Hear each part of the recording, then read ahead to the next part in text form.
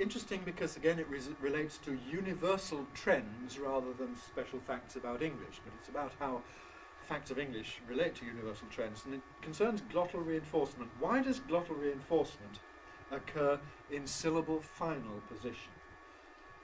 That is to say that syllable-final position, cross-linguistically, is typically a lenition site. That means a place where consonants get weaker. So it seems rather perverse that in English we often strengthen consonants by preglottalizing them, reinforcing them. Why should this be?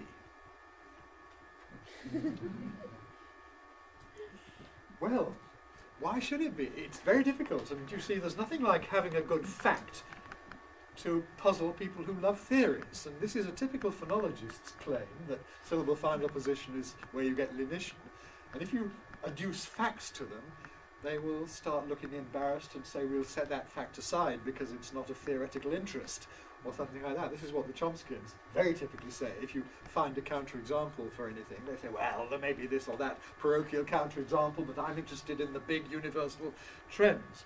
On the face of it, this is absolutely a counterexample to that claim. On the other hand, the questioner goes on to suggest an explanation which seems to me a very plausible one, namely that it's to do with preserving the opposition between voiceless and voiced final plosives.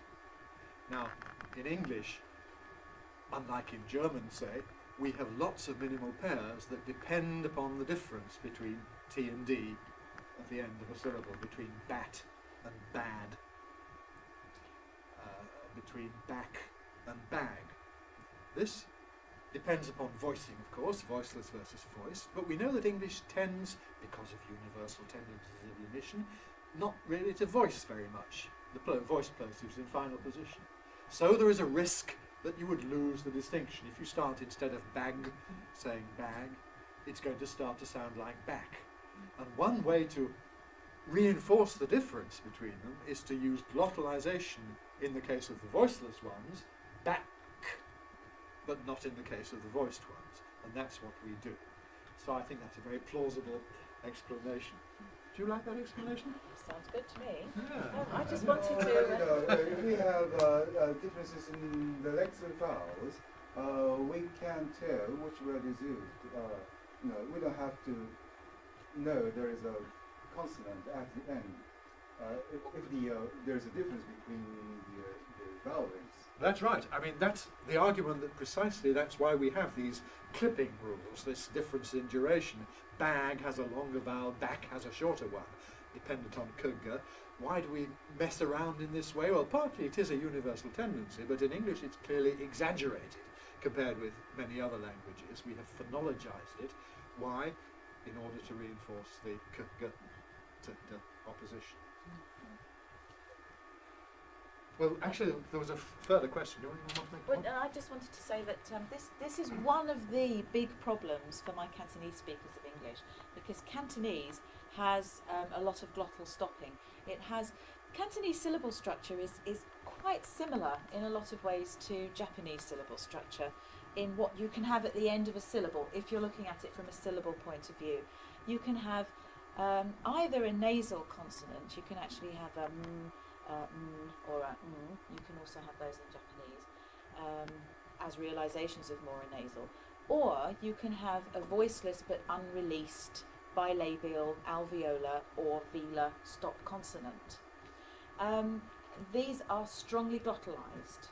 The stop consonants are quite strongly glottalized. Tell them the name of the new airport. The new airport, Chetlak-Kop. So, I mean, unless you see